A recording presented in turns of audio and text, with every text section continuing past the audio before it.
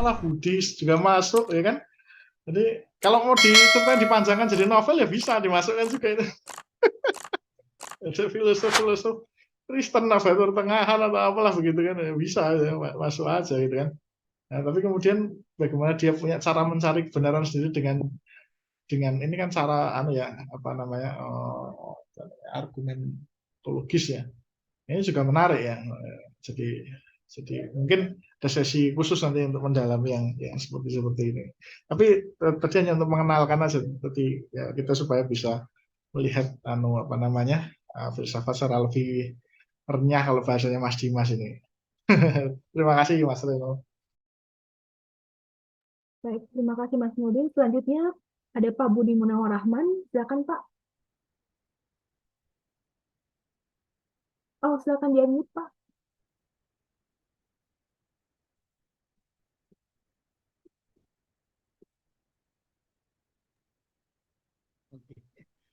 Ya, Ya, silakan sudah. Pak. Kedengaran suara? Ya, kedengaran Pak. Oke.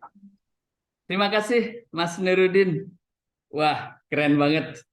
Ya, sama Mas Budi. Terima kasih untuk pencerahannya.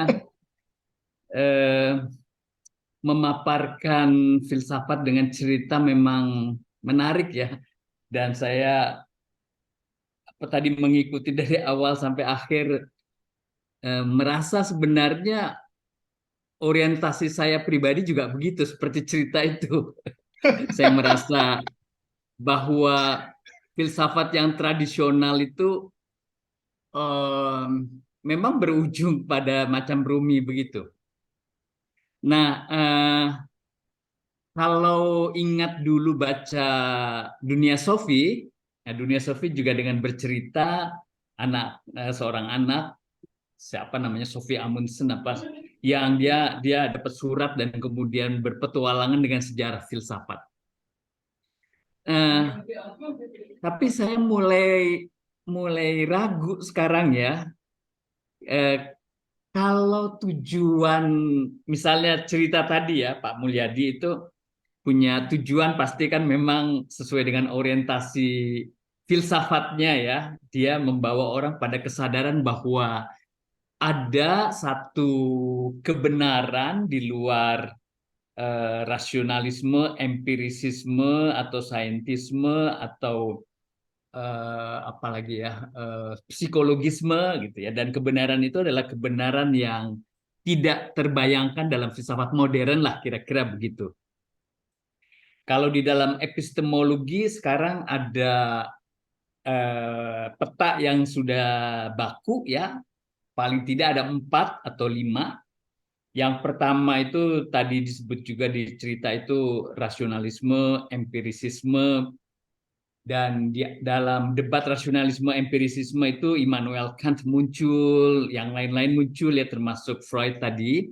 Kemudian ada gaya baru yaitu pragmatisme, tidak disebut di cerita itu, pragmatisme yang relatif sudah mapan bahwa kebenaran itu asal berguna lah, kira-kira begitu. Yang di dalamnya nanti ada percakapan utilitarianisme dan seterusnya. Yang juga belum disebut oleh Pak Mul itu atau dalam cerita tadi itu adalah kebenaran yang muncul karena bahasa. Karena bahasa. Itu dari Wittgenstein, kemudian menjadi lebih jelas pada Austin, yang disebut dengan performatif. Jadi kebenaran performatif. Benar itu karena ada otoritas yang mengatakan ini benar, kira-kira begitu. Pernikahan menjadi sah kalau ada ijab kabul. Ijab kabulnya kemudian dikatakan sah, sahlah terjadilah suami istri. Kira-kira begitu. Kalau presiden meresmikan sebuah jalan, jadilah jalan itu sebagai jalan yang resmi. Nah itu kebenaran performatif ya yang masih belum banyak disebut di dalam buku epistemologi, tapi sekarang sudah mulai banyak disebut.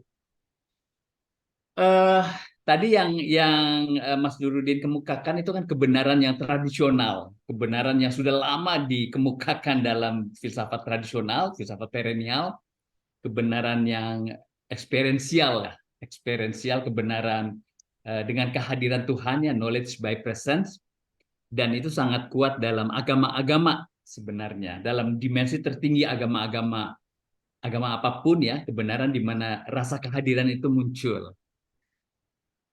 Nah, kalau mengikuti cerita tadi memang menarik ya, dan orang yang tidak belajar filsafat dan kemudian merenungkan cerita itu akan membawa pada satu perspektif, nah, perspektif kebenaran yang tadi ujungnya lah Rumi lah, kira-kira begitu. Atau kalau dunia Sofi akan membawa pada satu petualangan sejarah filsafat yang sangat mengagumkan, karena filosofi yang satu beda dengan filosofi yang lain, tapi bahwa merenungkan bersifat kritis. Nah, filsafat kan ilmu kritis ya, itu sesuatu yang kemudian bisa didapat oleh anak-anak yang membaca dunia Sofi itu. Nah, saya mulai ragu apakah memang cerita itu hanya begitu ya, karena kalau cerita itu cerita yang lain, misalnya yang saya sampai sekarang masih belum bisa menegasi begitu ya, cerita dari Dawkins ya, cerita Richard Dawkins. Kita tahu siapa Richard Dawkins, seorang yang sangat empirisis kalau pakai peta tadi itu, seorang yang seorang yang saintisme. Jadi dia menganggap kebenaran itu ya empirisis, atau lebih jelas lagi scientific ya, saintisme.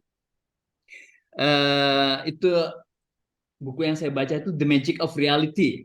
The Magic of Reality itu juga cerita, gayanya dia bercerita dengan bahasa populer tentang bagaimana kita memahami realitas dengan satu ilustrasi biologi dan kosmologi.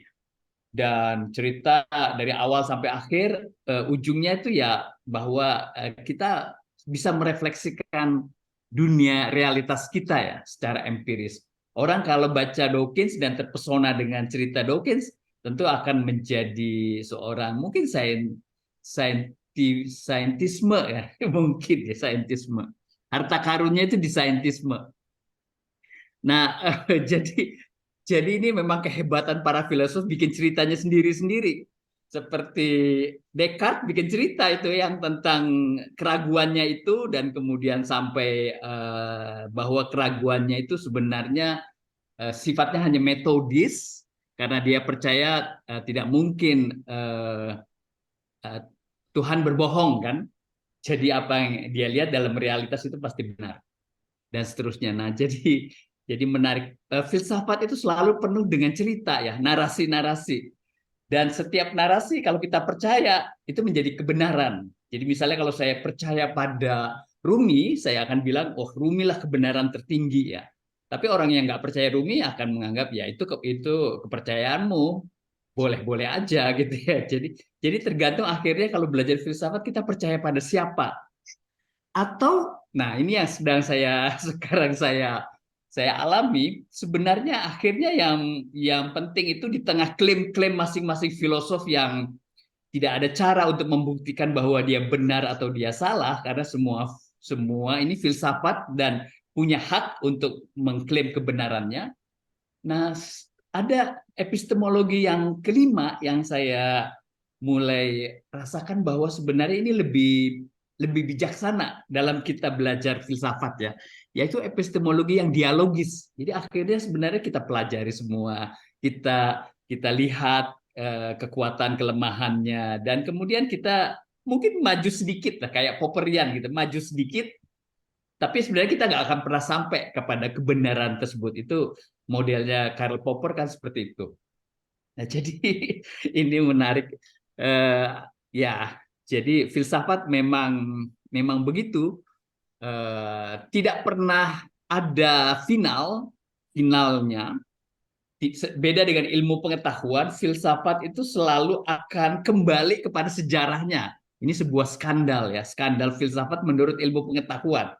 Karena filsafat masih perlu sejarah. Kalau kita menjadi ahli atau sarjana fisika, kita nggak perlu tahu Newton. Sebenarnya nggak perlu tahu hidup Newton, kita hanya perlu tahu formula dari Newton aja tentang gravitasi dan lainnya. Sejarah nggak penting, tapi filsafat itu ternyata tetap orang harus kembali ke 2.500 tahun atau ribuan tahun dalam sejarah filsafat dan mengolah kembali, dan kemudian merasa ya akhirnya nggak ada yang baru juga di dunia ini, semua berulang dengan cara yang lebih canggih.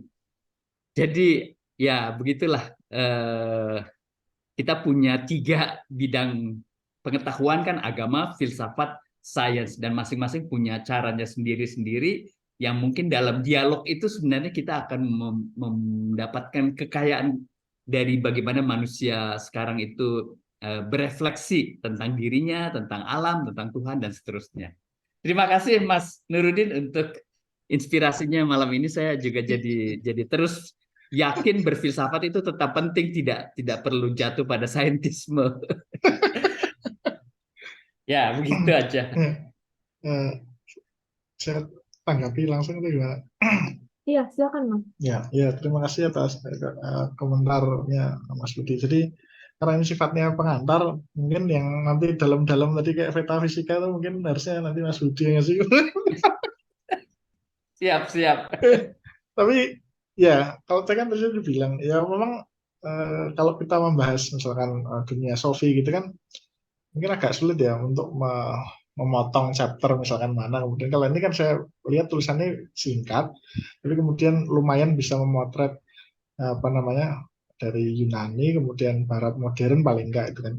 Kemudian juga masuk ke tradisi Islam. Makanya saya tadi di bagian akhir juga mengatakan filsafat lebih luas dari itu. Ada yang Cina, ada yang dari Jepang, ada yang dari India, dan macam-macam. Dan filsafat Islam pun kan Mas Budi juga sudah jelaskan kan, bukan cuma tradisi sufi saja, ada peripatetik, ada yang Mula Sadra, ada Surawardi, apalagi yang model modern kan.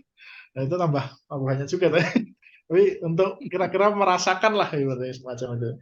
Dan memang saya nggak tahu ya, maksudnya tren berfilsafat dengan model bercerita itu kan, kalau menurut saya sih ya dunia sofi termasuk yang paling apa ya namanya, mungkin paling karya yang paling terkenal ya. Tapi mungkin salah satu jasanya mungkin juga itu para filosof eksistensialisme itu kan, karena kan sebelumnya kalau analitik itu kan nggak terlalu suka cerita setahu saya, dia lebih suka bahasa matematika.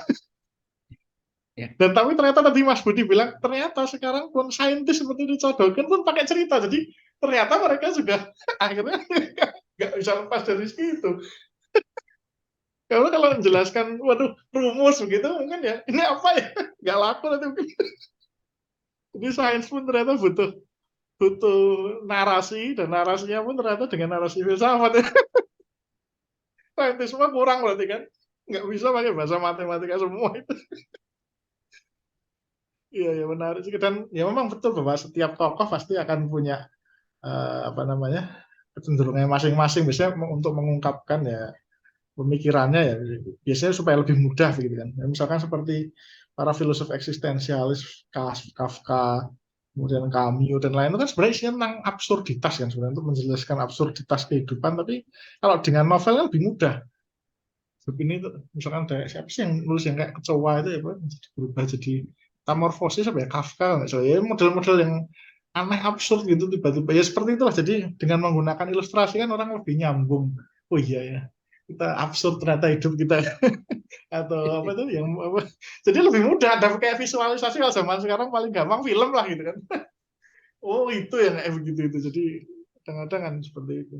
Jadi memang menarik juga, bahkan komik kan juga sudah muncul ya kan, di Indonesia itu bagaimana filosof bicara kebahagiaan. Dan kemudian juga stoicisme itu kan sebenarnya membuktikan, kalau bagi saya paling enggak, ya ternyata stoicisme itu kan udah lama nggak disentuh, mungkin sudah berdebu berarti kayak di perpustakaan. Tapi sekarang kok jadi marak lagi, berarti kan yang dulu-dulu bisa masih relevan itu.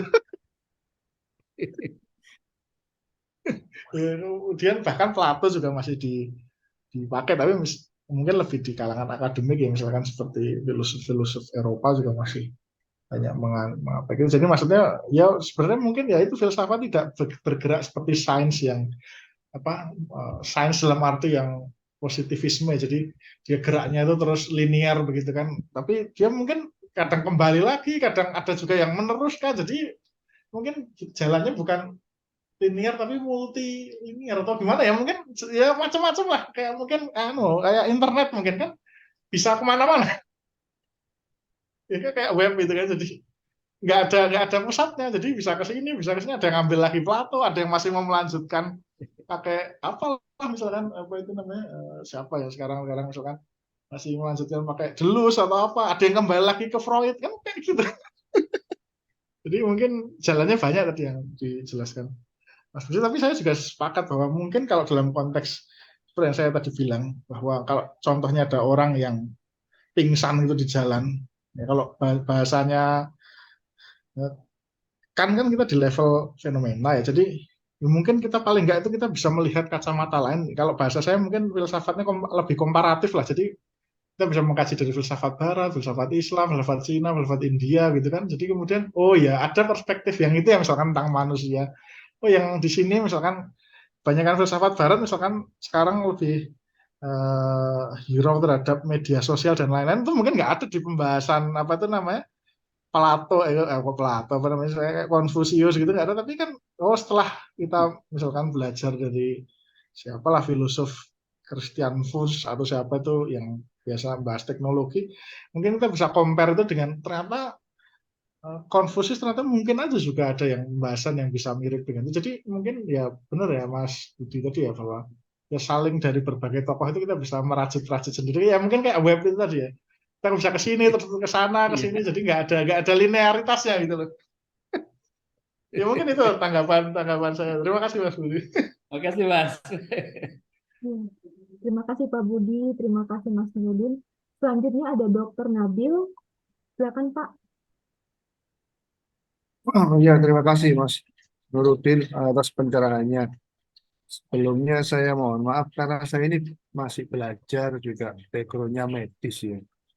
Jadi waktu melihat kuliah ini saya begitu tertarik bahwa dalam profesi saya itu, apalagi forensik ya, saya mendengarkan dari cerita dari yang ditampilkan tadi itu seperti saya mengkolaborasikan.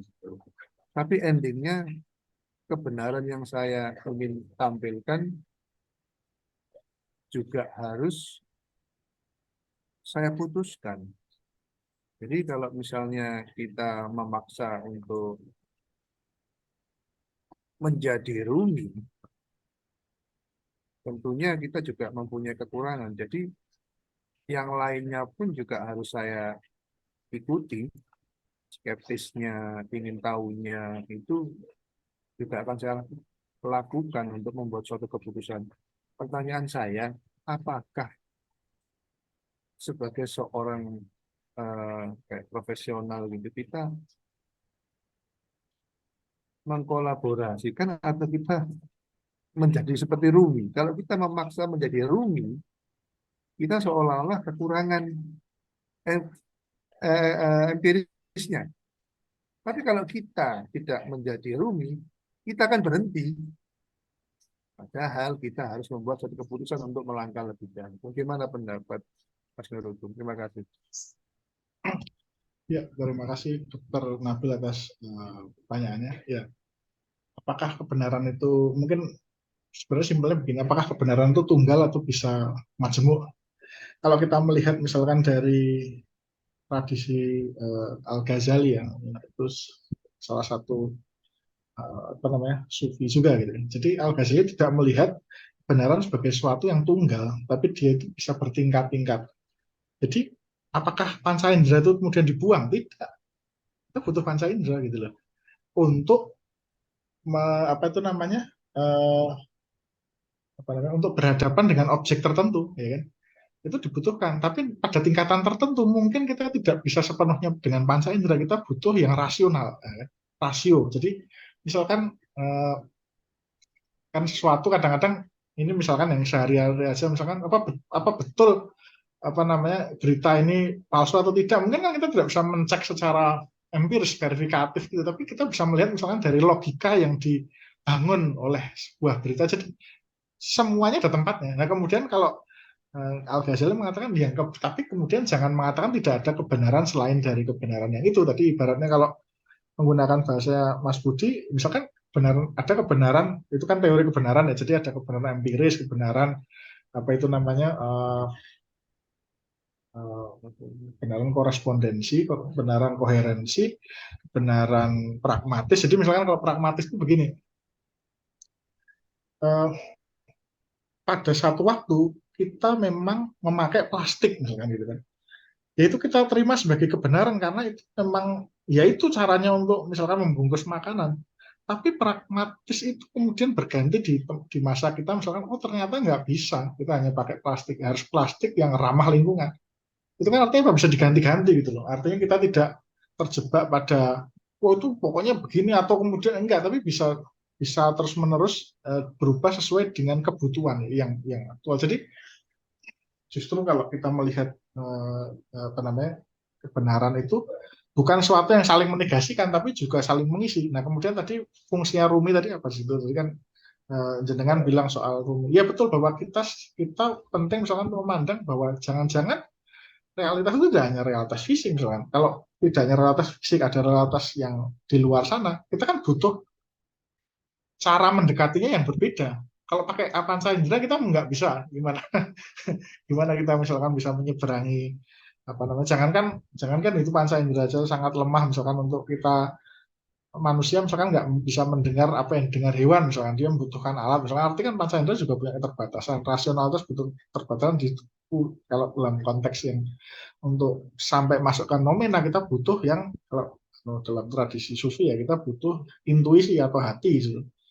Bukan dalam arti yang emosional belaka tapi maksudnya hati ini apa namanya sifatnya divine gitu diasah makanya kemudian bukan kemudian yang membedakan antara emosi biasa dengan kemudian hati yang kemudian dari divine tadi ketika kita mengasah jadi caranya kan kemudian kalau dalam sufi itu diasah dibersihkan dari kotoran-kotoran jadi metode tapi tidak saling menegasikan hanya sebenarnya ingin mengatakan bahwa masing-masing tempat itu butuh apa namanya butuh kebenaran yang pendekatannya lain-lain. Nah, tapi kita juga bisa mengatakan kadang-kadang dalam satu tempat kita membutuhkan beragam tadi untuk bisa disatukan. Jadi sebenarnya hanya itu afirmasi bahwa kita tidak hanya terbatas pada satu benaran saja. Misalnya kita hanya pada empirisme, kita juga butuh rasionalisme. Rasionalisme juga tidak bisa berdiri sendiri ya. Kalau dalam sains kan khususnya ada 3 itu. Kalau sains ya misalnya, apa itu namanya, apa itu rasionalisme. Jadi bahwa pendapat kita itu harus dicocokkan dengan pendapat-pendapat yang lain terlebih dahulu sehingga kemudian kita bisa diverifikasi itu loh. Maksudnya bahwa pendapat kita bukan satu pendapat yang aneh, nyeleneh, kemudian asal begitu kan. Tapi kemudian kita juga bisa membuktikan, harus dibuktikan misalkan, oh ternyata apa namanya, misalkan kalau apa namanya dia mengklaim misalkan menemukan spesies baru, dia bisa menemukan bukti empirisnya lebih bagus. Nah, kemudian kalau misalkan tadi pragmatis juga digunakan dalam sains karena sains itu harus sifatnya juga harus siap dengan perubahan juga misalkan kan seperti itu. Tapi misalkan begini, kalau tadi dijelaskan Mas Budi tadi kan kadang-kadang biasanya sains itu sangat jadi menegasikan segala bentuk kebenaran yang lain, kemudian merasa dirinya sebagai satu-satunya kebenaran yang mutlak. Padahal misalkan manusia itu sendiri, manusia itu kan juga terdiri dari tubuh jasmani tapi juga punya rohani. Ya, kalau misalkan itu ditolak oleh sains dengan mengatakan enggak itu hanya kerja otak saja, misalkan kan begitu. Jadi kan kadang-kadang sesuatu penanganan itu menjadi sangat reduktif gitu. Padahal kita butuh yang lebih holistik. Misalkan kan sekarang ada dalam telaah neuroscience yang terbaru itu ada post material science. Jadi artinya kita perlu keluar dari kerangka material science saja. Tapi bukan berarti maknanya udahlah studi otak di yang fisik itu kemudian hilang, bukan. Tapi maksudnya kita kayaknya juga harus menelaah mind gitu, pikiran itu tidak hanya dari otak, tapi mungkin sesuatu yang sifatnya lebih kuantitatif gitu loh. Kok kuantitatif, kualitatif. Sesuatu yang lebih imaterial itu ada. Jadi saya lupa yang penulis, tapi post material science ini bagi saya adalah justru tadi ya, dengan dengan aneka macam pendekatan kita bisa menjadi semakin kaya. Makanya saya juga menekankan sebenarnya tadi fungsinya fungsinya ini kan pengantar ya. Kita bisa melihat adanya aneka kekayaan, kita bisa saling belajar dan di mana di tadi dalam tulisan itu sendiri kan Rumi sendiri tidak kemudian mengingkari teman-temannya, mereka adalah teman, ya, Pak. Ya, mereka tidak mengingkari filosofi lagi, dia adalah teman-teman perjalanan juga. Dan kemudian mereka memang berhenti karena sampai sebenarnya pada saat itu kalau di dalam konteks yang tulisan itu karena memang penulisnya adalah seorang yang mengikuti filsafat Rumi, jadi ya diakhiri dengan perjalanan Rumi sampai ke titik akhir, titik nomena tadi. Jadi tapi bukan berarti yang lain dibuang, jadi semuanya bisa disatukan. Jadi gitu kira-kira Pak Nabil, tanggapan saya. Terima kasih. Baik, terima kasih Malah Mas. boleh tambahkan dikit aja. Dikit aja. Iya, silakan Berarti Pak. Silakan. kadang Iya. Mas Nuruddin kadang-kadang kebenaran itu bisa diputuskan juga tergantung masyarakat yang mau menerimanya. Karena kalau sampai kita dianggap aneh, itu juga kebenaran yang kita ciptakan juga berbahaya buat diri kita sendiri kadang-kadang. Bagaimana kalau menanggapi hal itu? Karena itu suatu keputusan kebenaran menurut versi yang saya pelajari, yang saya teliti empiris. Tapi belum tentu masyarakat itu mau menerima, walaupun mungkin nanti setelah berapa tahun, 10 tahun, 5 tahun, mereka bisa memahami. Ini kan kadang-kadang bagi seorang saintis itu kadang-kadang berfilsafat, tapi masyarakatnya masih belum mampu, itu bagaimana menyikapinya kadang-kadang. Seperti COVID nggak percaya ya Pak. Ya, ya, ya justru kalau dalam konteks kalau kaitannya dengan masyarakat ya misalkan, ya mungkin kalau misalkan kita belajar dari fenomena hoax misalkan yang media sosial post-truth itu kan adanya literasi supaya masyarakat misalkan bisa sedikit demi sedikit itu belajar tidak langsung menerima informasi ya. Kalau dalam konteks bisa jadi misalkan gini, kebenaran yang ada di dalam masyarakat itu hanya mencakup satu dimensi kebenaran, sementara yang lain itu tidak masuk. Ya itu bukan berarti nggak benar ya. Misalkan apa siapa itu Socrates sendiri kan juga diadili gitu kan, tapi bukan berarti dia karena itu adili karena dianggap aneh gitu kan. Tapi maksudnya adalah dia sendiri apa namanya setia pada kebenaran. Jadi maksudnya justru kebenaran itu sendiri yang mestinya menjadi orientasi, maksudnya bahwa orang itu mestinya tidak mengorbankan pencarian kebenaran itu demi sesuatu apapun, tapi bukan maknanya kemudian mungkin kita tidak harus mengikuti misalkan langkahnya Socrates itu kemudian frontal, enggak, tapi maksudnya kita bisa lah memilih tadi misalkan kalau kita belajar dengan apa namanya dengan cara penyampaian dengan kisah atau dengan komik dan lain-lain, kan orang bisa dikenalkan, oh ternyata ya cara melihat itu ternyata nggak cuma satu ya kan? Ternyata ada juga yang lain. Jadi mungkin selama ini saya nggak pernah melihat dengan kacamata itu. Nah, itu kan orang bisa mulai sadar juga. Nah, jadi kalau kita kembali ke apa namanya, kita ibaratnya mengambil inspirasi dari Aristoteles ya, guru saya hormati Plato itu. Tapi kebenaran lebih saya hormati artinya apa? Ya dia tetap menghormati gurunya. Misalkan kalau dalam konteksnya misalkan kalau kebenaran bisa lebih tinggi daripada keyakinan yang tersebar ya di masyarakat misalkan, ya dia menghormati masyarakatnya ya kan. Kemudian saya tidak menggadaikan itu untuk mencari kebenaran, nah kan seperti itu. Jadi itu ada ini ya sih, maksudnya apa namanya ada balance-nya gitu kan. Dia tetap apa namanya hormat. Kalau dalam konteks Aristoteles dia tetap hormat pada gurunya, tapi kalau misalkan memang salah guru saya bisa buktikan. Nah itu kan dalam konteks itu juga harus begitu ya, nggak asal gitu loh. Kemudian saya kalau postur kan gitu ya, saya yakin maka saya tapi kan itu harus ada buktinya ya kan. Seperti tadi misalkan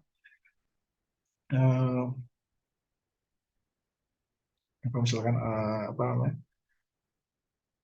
empirisme juga punya buktinya untuk mengukuhkan bahwa kita perlu untuk melakukan telah yang sifatnya empiris, bukan hanya rasio gitu kan. Kemudian psikoanalisis juga punya dasar juga. Ya sih, manusia itu tidak hanya berserikan makhluk rasional kan, tentu juga emosional. Kadang-kadang malah tidak rasional juga kadang-kadang itu kan. Kita misalkan kadang-kadang kalau dipikir kan, kenapa sih orang kok mau apa namanya libur macet atau berjam-jam itu kan, kadang-kadang kalau secara rasional nggak rasional, tapi secara emosional karena aku pengen yang beda itu kan. Nah, Rumi kan juga mengatakan bahwa ya itu betul, tapi kita juga punya indera yang lain, indera batin, jangan dilupakan. Nah, maka yang kemudian saya pernah kalau nggak salah juga berikan di kelas sirkus ini adalah ya kita punya, kalau secara garis besar ya kita punya indera luaran, panca indera, kita punya akal, kita juga punya hati, dan itu di dalam satu tubuh kan. Ya artinya apa ya, semuanya harus diintegrasikan. Nah itu yang paling paling lengkap itu. Itu bisa ditafsir kemana-mana, jadi termasuk kebenaran yang pragmatis, kebenaran korespondensial, kebenaran yang koherensial, atau kebenaran yang transendental mungkin. Tapi kita punya beragam panca indera yang mestinya kita bisa daya gunakan. Jadi bagi saya yang integral itu, ya sejauh mana integral itu bisa dilakukan tentunya semua orang mungkin bisa berbeda-beda, tapi kan kemudian kita seperti tadi, kita yang bisa kita belajar juga dari cerita tadi, kita terus bergerak ya. Nasihatnya kan kepada Rumi kan tadi gitu, jangan menyerah, kamu bisa lakukan kan begitu. Jadi itu memacu diri kita sendiri untuk tidak menyerah lah gitu. Mungkin begitu Pak. Terima kasih. Ya, terima Iya, terima Terima kasih kasih. Mas Nudi. Iya, terima kasih Pak Nabil. Baik, selanjutnya penanya terakhir ada Bung Randy, silahkan. Ya, baik, selamat malam Pak Nurdin. Ya, selamat malam. Ya, perkenalkan saya Brandy. Saya mahasiswa teologi Kristen di salah satu seminari, dan saya juga ini sebenarnya belajar tentang filsafat ini awam sekali buat saya, karena di sekolah teologi saya juga sendiri penekanan tentang filsafat itu kurang.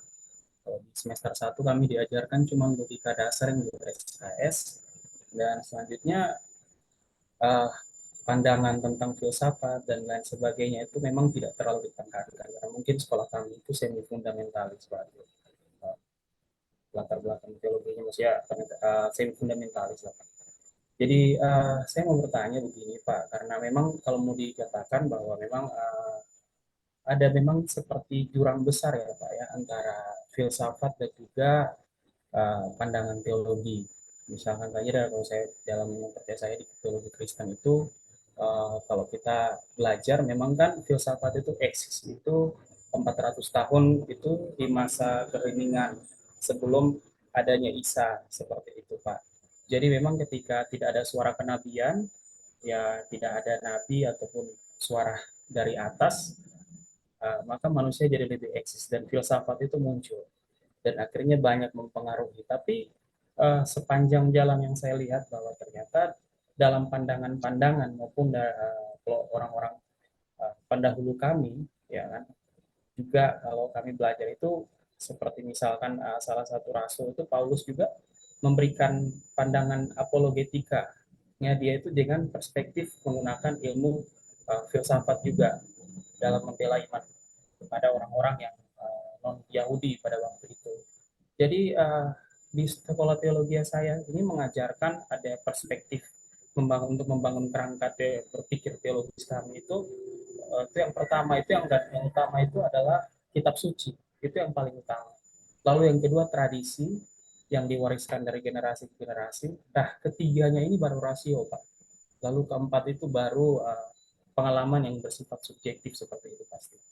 Nah yang itu selalu menjadi pegangannya kami. Karena pandangannya saya juga sebenarnya percaya bahwa begini, kita kan masih dalam tapal batas, kita tidak bisa mengukur yang rasio manusia ini tidak bisa mengukur sampai di luar tapal batas. Artinya bahwa kita manusia di dalam masih hidup ini kita masih dalam tapal batas, dan di luar tapal batas itu yang tidak bergantung pada ruang dan waktu itu pasti Tuhan. Artinya memang bahwa manusia punya keterbatasan dalam merasionalkan tentang Tuhan. Makanya kami belajar jangan sampai kami pada akhirnya rasio manusia itu menjadi Tuhan atas kebenaran. Nah, saya pribadi juga tidak mau salah dalam menanggapi semua itu, karena memang pada akhirnya kan memang banyak juga pandangan-pandangan filsafat yang memunculkan pandangan-pandangan teologi ya. Kalau yang umum kita tahu teologi liberal, tapi ada juga teologi eksistensialisme dan lain yang tadi Bapak sebutkan tadi. Dan kami berpegang bahwa satu hal yang pasti bahwa yang nampak itu belum tentu yang real. Jadi saya mau bertanya buat saya yang awam ini Pak, bagaimana saya juga sebagai orang beriman, pasti Bapak juga, untuk tidak salah menempatkan filsafat itu. Karena dalam pengertian itu pada akhirnya kan kita tidak bisa bilang tidak, dan memang sudah terjadi bahwa pada akhirnya filsafat dan pandangan iman, baik itu dari segi iman percaya manapun ya, itu pada akhirnya menjadi banyak terjadi banyak gap dan jembatan yang besar sekali yang pada akhirnya membuat orang, kalau saya pribadi itu juga menjadi kesulitan, kayak misalkan saya mau membagikan tentang pandangan iman saya kepada orang-orang yang bersikapnya itu posisi dia itu adalah orang-orang yang rasionalis, yang betul-betul menolak tentang hal-hal yang bersifat supranatural dan lain sebagainya. Bagaimana Pak supaya kita jangan salah membangun perspektif berpikir kita, pandangan kita yang akhirnya juga melenceng, yang akhirnya cenderung kepada mungkin filsafat yang sebenarnya kalau bilang katakanlah ya bahasa kasarnya, karena ini kalau bahasa kasar saya itu terjadi pada saat masa keheningan tidak ada suara kenabian yang sebenarnya yang adalah produk manusia. Tapi sebenarnya itu juga dipakai dalam pandangan teologi ya, dipakai juga dasar itu dan melahirkan banyak juga cabang-cabang ilmu pengetahuan. Nah, mungkin itu saja Pak, mungkin bisa ditanggapi. Minta maaf kalau ada yang kurang. Terima kasih. Ya, Silakan Mas Nudin. ya, terima kasih atas pertanyaannya Pak Mas Grendi ya, tentang relasi teologi dan filsafat. Kemudian mungkin kaitannya juga dengan rasio lagi ya, posisi rasio. Jadi kalau nggak salah, ya memang rasio itu apa namanya, khususnya di dalam misalkan kalau dalam Rumi atau nggak salah yang salah satu juga yang mengatakan misalnya Ibnu Khaldun ya, itu jadi disebut filosof juga boleh, sosiolog juga boleh. Jadi dia mengatakan gini, bisa nggak kita menggunakan timbangan untuk mengukur misalkan